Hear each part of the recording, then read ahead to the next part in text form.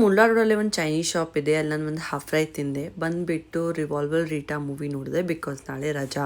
And ಬೆಳಗ್ಗೆ ಎದ್ಬಿಟ್ಟು tea ಮಾಡಿದೆ ಆ್ಯಂಡ್ ಸ್ವಲ್ಪ ಕ್ಲೀನಿಂಗ್ ಮಾಡಿದೆ. ಅದಾದ್ಮೇಲೆ ನಾನು ಹೋದೆ ಶಾಪಿಂಗ್ಗೆ.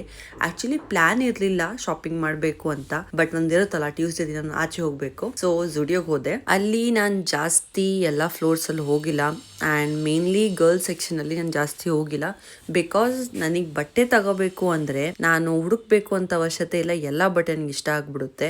ಅದಾದ್ಮೇಲೆ ನಾವು ಹೋದ್ವಿ ನಂದೇನ್ ಡಿಲೆಕ್ಸ್ ಅಲ್ಲಿ ಒಂದು ನಾನು ಮಿನಿ ಮೀಲ್ಸ್ ತಿಂದೆ. ಮೀಲ್ಸ್ ಚೆನ್ನಾಗಿತ್ತು, ಬಟ್ ಸರ್ವಿಸ್ ಸ್ವಲ್ಪ ಸ್ಲೋ ಇತ್ತು.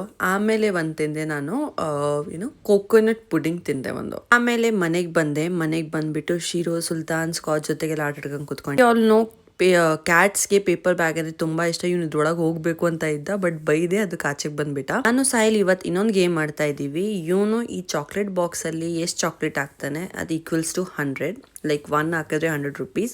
ಸೊ ಫೈನಲಿ ಇವನು 2100 rupees ಗೆದ್ದವನೆ. ಇದು ನಾನು ಈ ಅಮೌಂಟ್ನ ಅವನಿಗೆ ಬರ್ಡೇ ಅಲ್ಲಿ ಸೇರಿಸ್ಬಿಟ್ಟು ಕೊಡಬೇಕು.